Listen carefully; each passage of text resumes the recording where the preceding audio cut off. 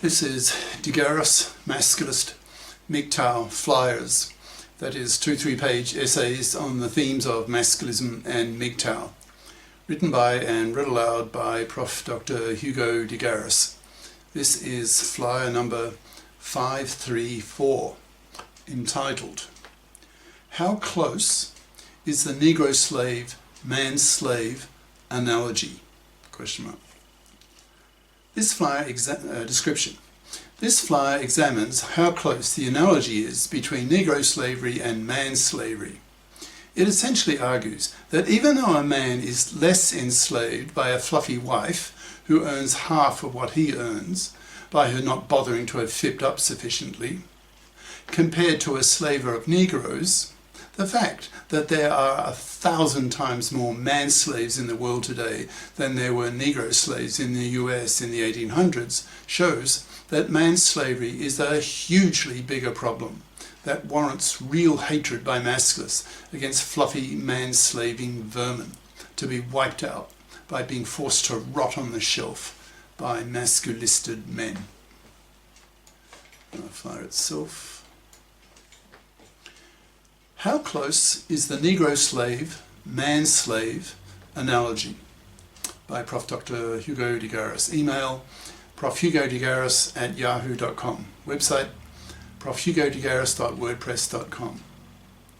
The core idea of masculism is that it is a rebellion by men against being man-slaves to women, to fluffy women, working for them for decades of a man's life. Fluffies, in brackets, that is a masculist term for traditional women who expect to be able to live off the money and labour of a man for decades of his life, are seen by masculists as man-slavers and hence vermin, to be severely punished by men, masculisted men, for committing a major gender crime against men that will get women killed effectively by being wiped out, exterminated slowly, by being forced to rot on the shelf, manless, loveless, sexless, babyless, and spat at for being fluffies. Fluffies are the enemy of the masculists, whom we simply eradicate by totally ignoring them, not even pumping and dumping them, forcing them to rot on the shelf.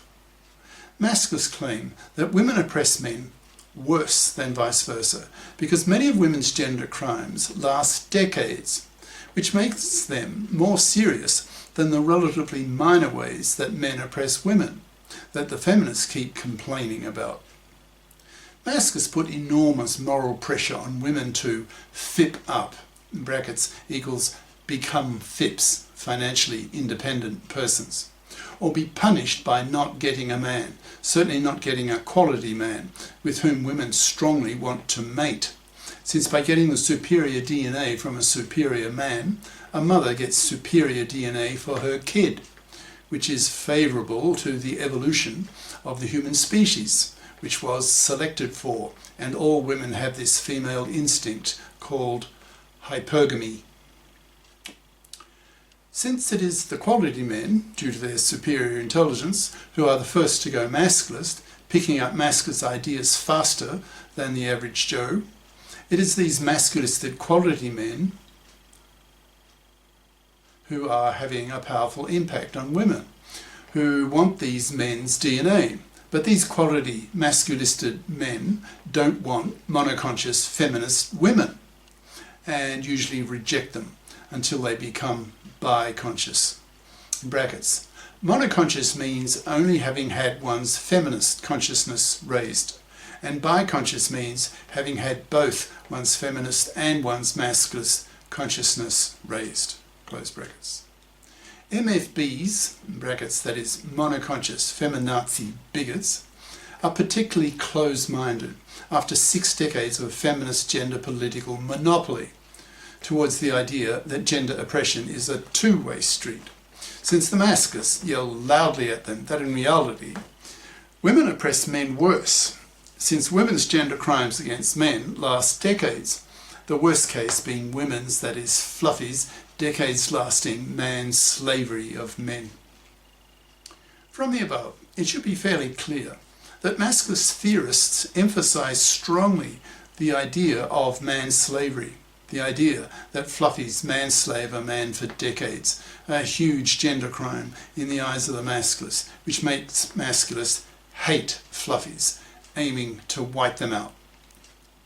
Masculists make the claim that manslavery is literally 1,000 times bigger crime against men than was Negro slavery, committed on several million Negroes in the US in the 1800s, given the numbers. Since in today's world there are several billion manslaves who work for decades of their lives for women, for fluffy women, for manslaving women.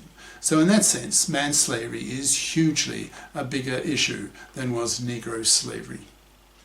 But you may argue that Negro slavery was total in the sense that the Negro slave got no wages for his labour. Even that is debatable, since the slave owner had to feed, clothe and shelter his Negro slaves to keep them alive, so at least the slaves knew where their next meal was coming from, unlike the unemployed labourers of the same era, when there was no welfare state to support them, with unemployment insurance, health insurance, in brackets, which the US still does not have, close brackets, etc. Some women have argued with me